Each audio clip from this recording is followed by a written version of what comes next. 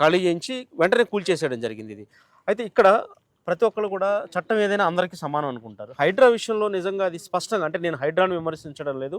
అది హైడ్రా అనేది పారదర్శకంగా వెళ్తుందని చూస్తున్న మీకు అనిపిస్తుందా? బాధితులుగా మీకు అనిపిస్తుందా? నోవేర్ అండి. See I will tell you one thing. Where is Hydraa office located? You know? ఎక్కడుందండి? ఎక్కడుంది మీకు తెలుసా?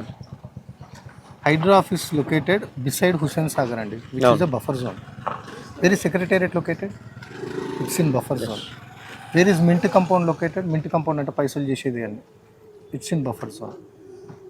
You name anything in Hyderabad, if they have to take an action, then 60% of the properties will go off. కానీ ప్రశ్నించే గొంతు లేదని సామాన్యుల మీద పడిపోయి ఎందుకు కూలగొట్టండి పెద్ద పెద్దోళ్ళే? ఒక ఇన్కన్వెన్షన్ తప్ప ఇంకా మీరు ఏమైనా విన్నారా? నాకు తెలిసి ఇన్కన్వెన్షన్ కూడా రెనోవేషన్ చేయించుకోవడానికి గవర్నమెంట్ వాడు కూలగొడితే ఆ డబ్బులు కూడా మిగులుతాయని వాళ్ళే మంచి కూలగొట్టించుకొని ఇప్పుడు నీట్గా రెనోవేషన్ చేయించుకుంటారు. అంతకన్నా ఇంక అక్కడ ఏమీ జరగదు sir, as far as I concern. So it's all waste. ఇప్పుడు భావితరాల భవిష్యత్తు కోసం చెరువులను కాపాడుకోవడం కోసమే మేము ఇది చేస్తామని చెప్పి కాంగ్రెస్ పార్టీ అధికారికంగా వీడియోలు కూడా రిలీజ్ చేస్తాం. సార్ చెరువుని కాపాడుదామని మీకు అనిపిస్తే మేము కూలగొట్టుకోవడానికి కూడా రెడీ సార్. కాంపన్సేషన్ ఇవ్వండి. If you want you completely collapse all villas, it's fine, but who is the culprit here? ఆమె దగ్గర నుంచో ఏ బిల్డర్ అయినా సరే వాళ్ళ దగ్గర నుంచి అమ్మ మీరు చేసింది తప్పు, you have to pay some compensation to them.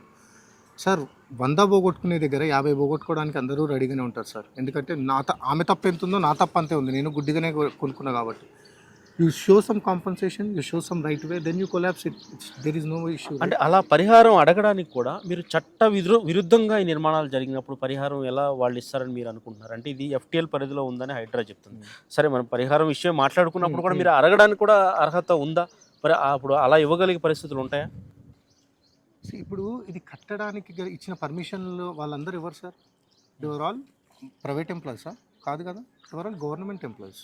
ఇప్పుడు మీరు విల్లా కట్టారండి, మీరు ఎలాంటి అనుమతులు తీసుకున్నారు చెప్పండి మీ విల్లాకి? Sir first of all